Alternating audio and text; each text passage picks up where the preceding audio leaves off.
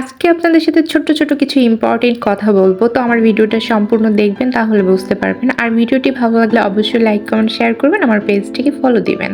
Hello guys, আসসালামু আলাইকুম। সবাই কেমন আছেন? আশা করি সবাই ভালো আছেন। আল্লাহর রহমতে আমিও ভালো আছি। তো আজকে হচ্ছে আজ দুদিন যাবৎ অনেক মেঘলা আবহাওয়া ছিল, বৃষ্টিও ছিল হালকা হালকা, কিন্তু আজকে সারা দিন এত পরিমাণ বৃষ্টি হচ্ছে, আমার মনে হয় যে সারা বাংলাদেশে এরকম বৃষ্টি হচ্ছে।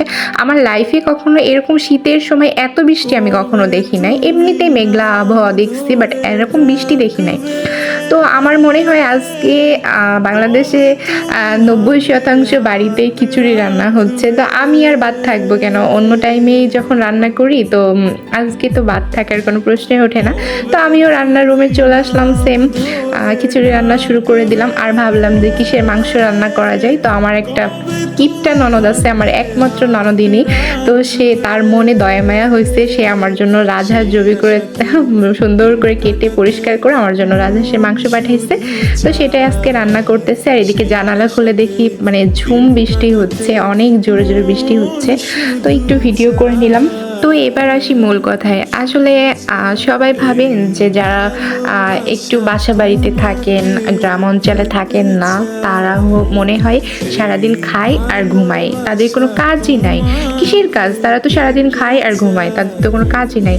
তো যাই হোক, মানে এরকম ধ্যান ধারণা গ্রামের মানুষদের মনে থাকে, বেশিরভাগ মানুষদের মনে থাকে। শ্বশুরবাড়ির লোকজনও এরকমটাই মনে করে।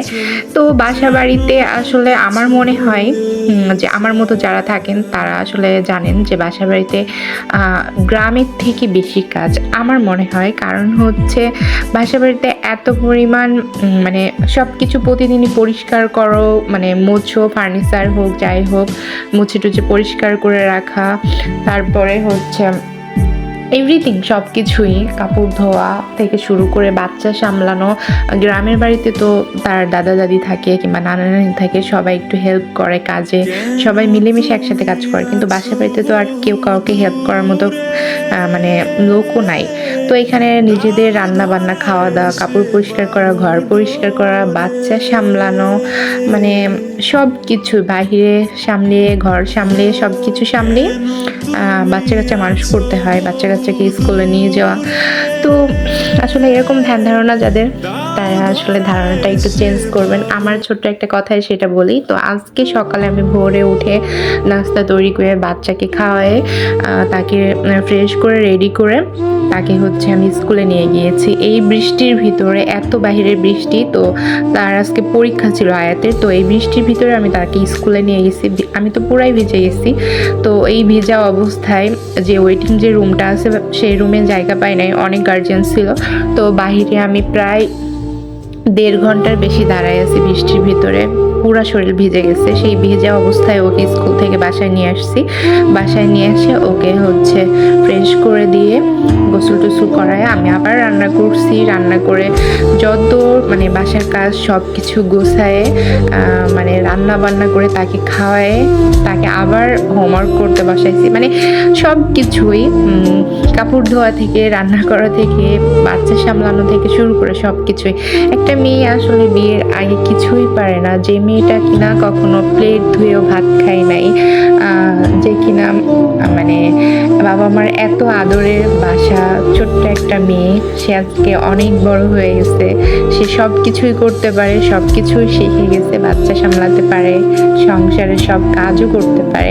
একসময় তার বাবা মা কখনো ভাবেনি যে সব কিছু সামলে সে এভাবে জীবনযাপন করবে। তো এটাই আর কি মেয়েদের জীবন।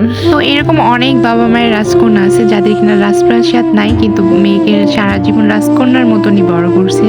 তো যাই হোক, আসলে মেয়েদের জীবনটাই এরকম।